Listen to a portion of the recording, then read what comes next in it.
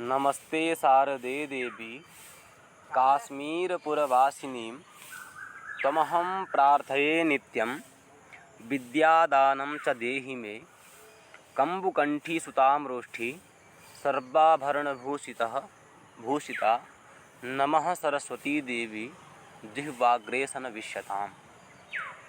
श्री महासरस्वती नमः। हम लोग यूजीसी नेट 25 कोड में 8वीं यूनिट में गद्य काव्य, पद्य काव्य और मिश्र काव्यों की चर्चा की गई। उनमें से हम लोग आज पद्य काव्य पढ़ेंगे और इधर यहाँ पर पद्य काव्य होना चाहिए, लेकिन हम टाइपिंग मिस्टेक होने के कारण यहाँ गद्य काव्य लिख गया। आप लोग पद्य काव्य ही समझें। चलिए देखिए, साहित्य दर्पण में दो प्रकार के काव्यों की चर्चा की गई है। साहित्य दर्पण के 6ठम परिच्छेद में दो प्रकार के काव्यों की चर्चा की गई है। एक तो श्रव्य काव्य है और दूसरा दृश्य काव्य है। ठीक है।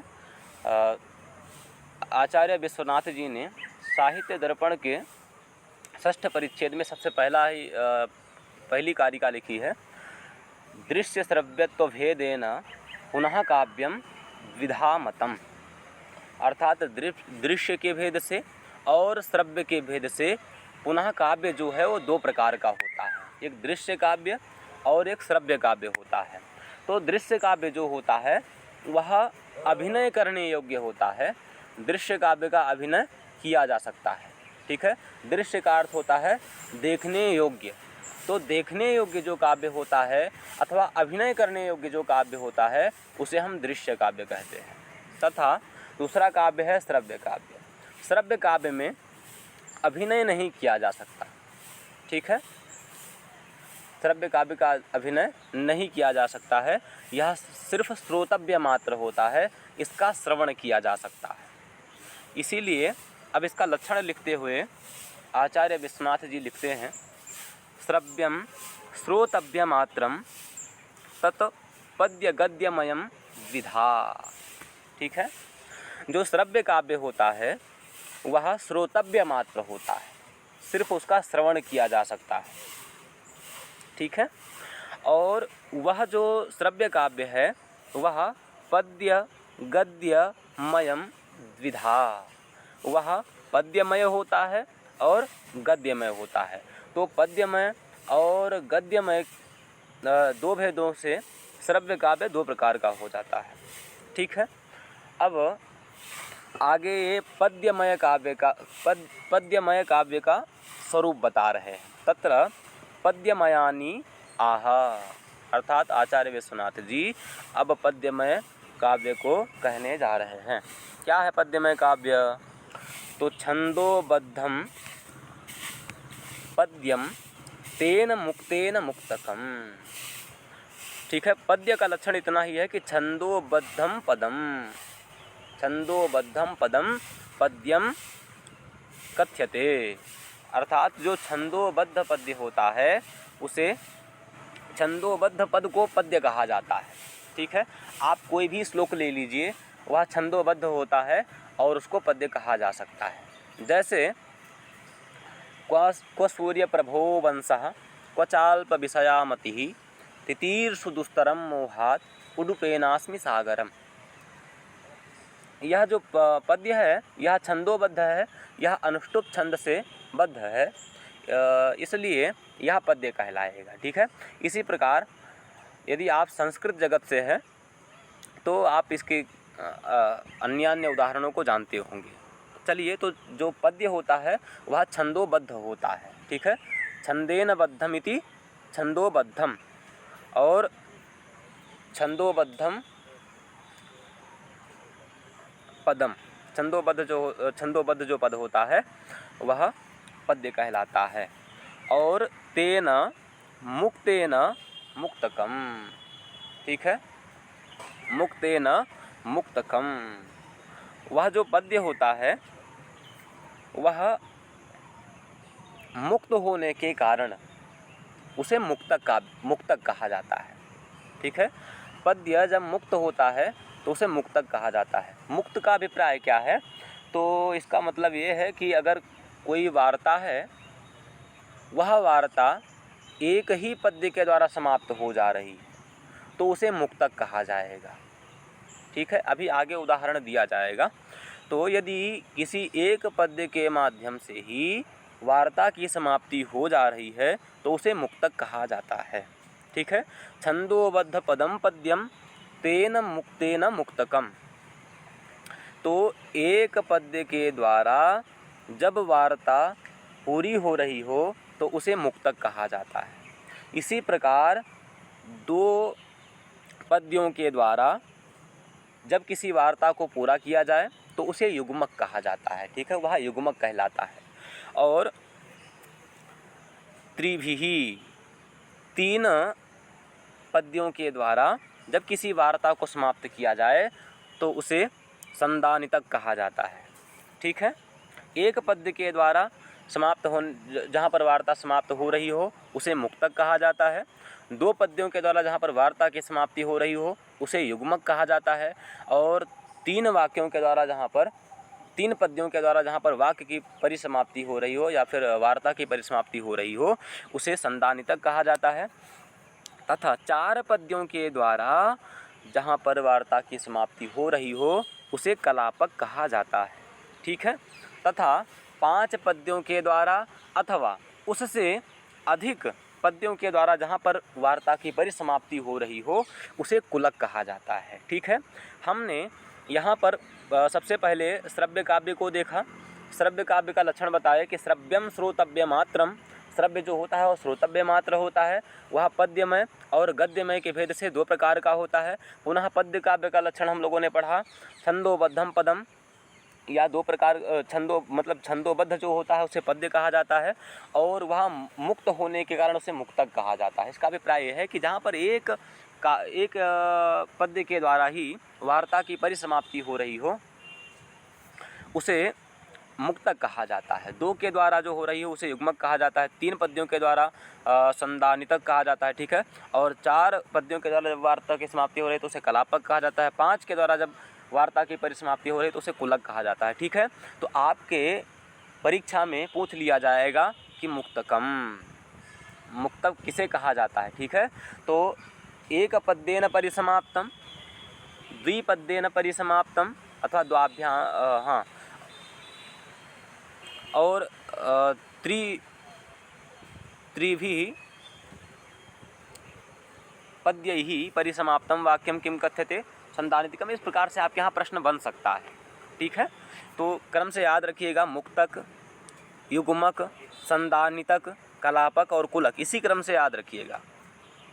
चलिए अब यहाँ पर आगे हम लोग इसका उदाहरण देखेंगे। यहाँ पर इन्होंने मुक्तक का लक्षण, मुक्तक का उदाहरण बताया है और युग्मक का उदाहरण बताया है। उसके पश्चात कह दिया है कि आगे आप लोगों को इसी प्रकार समझना चाहिए। चलिए पहले हम लोग मुक्तक का लक्षण देख लेते, मुक्तक का उदाहरण देख लेते हैं। तत्र मुक्तकम यथा मम। ठीक है। ये बता रहे हैं कि जो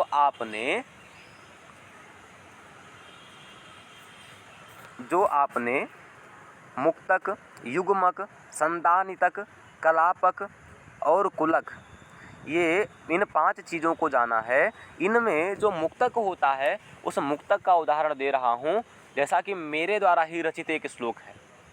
क्या है?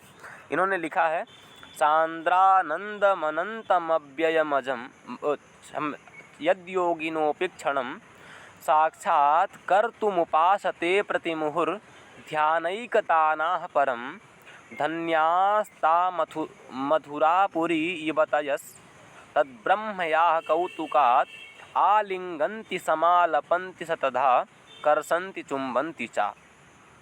ठीक है। इसमें इसका अभिप्राय क्या है तो इसको पहले हम लोग जानते हैं, तभी समझ पाएंगे कि ये मुक्तक का उदाहरण है कि नहीं है। तो कह रहे हैं, देखिए, सांद्रानंदमनंतमव्ययमजम, यानी सांद्र मतलब होता है घना। ठीक है।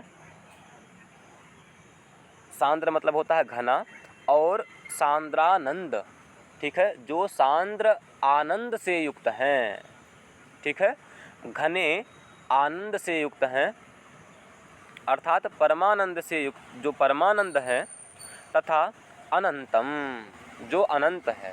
अनंत का अभिप्राय है कि जिनका कभी अंत नहीं होता है, और अव्ययम, अव्ययम अर्थात जिनका कभी व्यय नहीं होता है, ठीक है, जिनका कभी नाश नहीं होता है, और अजम, जिन्होंने कभी जन्म नहीं लिया, ठीक है, जो जन्म से रहित है। तद ब्रह्म, ठीक है, आप तीसरी लाइन में देखेंगे धन्यास्ता मथुरापुरी इवतयस तद ब्रह्म लिखा हुआ है, तो तद ब्रह्म का ही ऊपर वाला सभी विशेषण है, ठीक है। चांद्रानंदम तद ब्रह्म,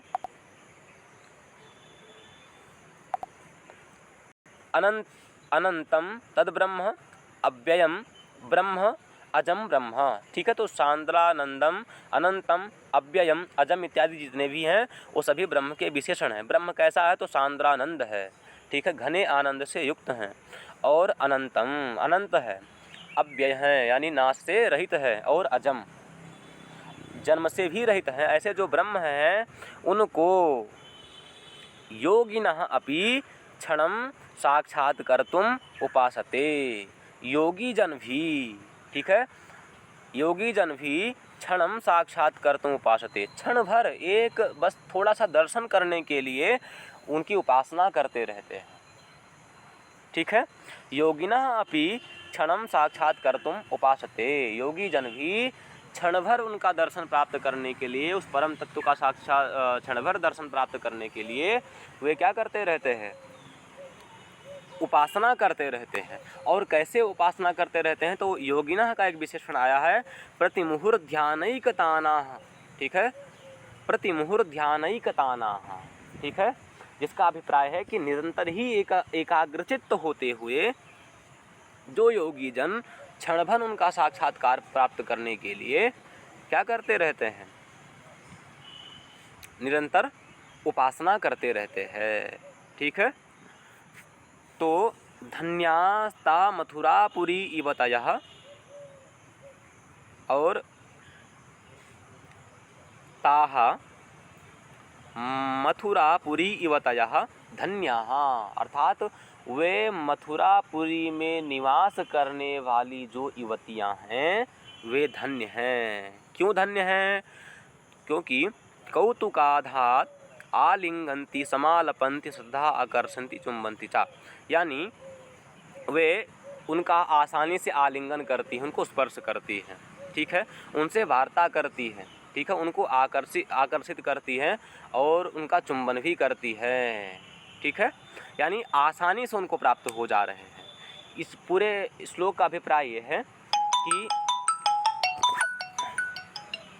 योगी जन जिनका निरंतर ध्यान करते रहते हैं फिर भी क्षण भर के लिए कहीं उनका दर्शन प्राप्त कर पाते हैं, और वो भी कभी कभी प्राप्त कर पाते हैं, लेकिन वे मथुरा में निवास करने वाली जो स्त्रियां हैं वो धन्य हैं, जो भगवान श्री कृष्ण को आसानी से प्राप्त कर लेती है। यह अभिप्राय है, और इसी में पूरे वार्ता की परिसमाप्ति कर दी गई है, ठीक है, इसलिए मुक्तक का उदाहरण हो जाता है। इसी प्रकार आगे भी है, किम करोसि करो पान्ते कांते गंडस्थले मिमाम प्राणय प्रमणे कांते नई कांते नोचिता कृतः इति यावत् कुरंगाक्षीं वक्तुमीहामहे वयं तावद् आविर्भूच्युते मधुरो मधुपध्वनिः। इसमें इसका अभिप्राय बता देता हूँ संक्षेप में, जिससे वीडियो लंबा ना हो, कि कोई प्रेमिका है जो प्रेमी से नाराज़ होकर के बैठी हुई है, और कैसे बैठी हुई है? तो अपने हाथ में अपने कपोल को रखी हुई है और बैठी हुई है। तो उस समय उसका प्रेमी आता है, उससे कहता है कि आपको क्रोध नहीं करना चाहिए। कहता नहीं है, वो कहना चाहता है। उसी समय कोई भौरा आता है और ध्वनि करके चला जाता है, जिससे उसकी वार्ता रुक जाती है, ठीक है। तो यही इसका अभिप्राय है, इसको देख लीजिएगा। इन्हीं यहाँ पर 2 पद्य हैं, 2 पद्यों के द्वारा वार्ता की परिसमाप्ति कर दी गई है। इसीलिए इसको युग्मक कहा जाता है, ठीक है। आज यहीं तक, फिर मिलते हैं कल। हर हर महादेव।